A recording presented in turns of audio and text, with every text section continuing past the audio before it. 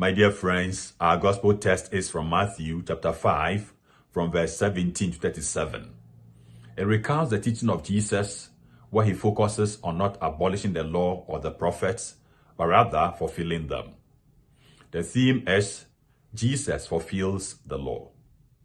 My goal is to explain what Jesus means by not abolishing the law or the prophets, but rather fulfilling them. Jesus continues with the Sermon on the Mount. The passage begins by Jesus telling his disciples that he did not come to abolish the law or the prophets. Rather, he has come to fulfill them. What Jesus would like his disciples to appreciate is that his mission is to make complete or make perfect the law or the teachings of the prophets. The question is, how does he do this? Let us therefore examine the three commandments that Jesus uses in the passage. Jesus first quotes the fifth commandment, which says, "You shall not kill, and whoever kills will be liable to judgment." To fulfill this commandment, or to make it complete or perfect, Jesus says, whoever is angry with his brother will be liable to judgment. What Jesus is focusing on is the root cause of murder.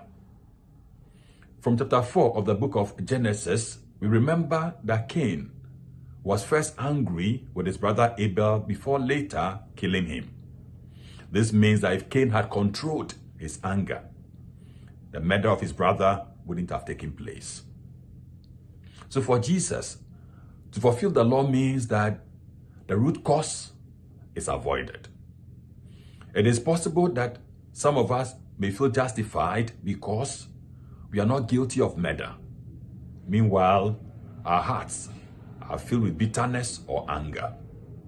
For Jesus, so long as the bitterness or the anger is present, we are liable to judgment.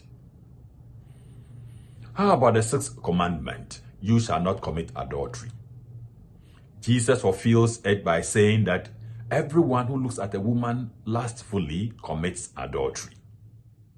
Again, we appreciate the root cause principle. Adultery is always preceded with lust. So to fulfill the law, it is important that we consider lust if we wish to avoid adultery.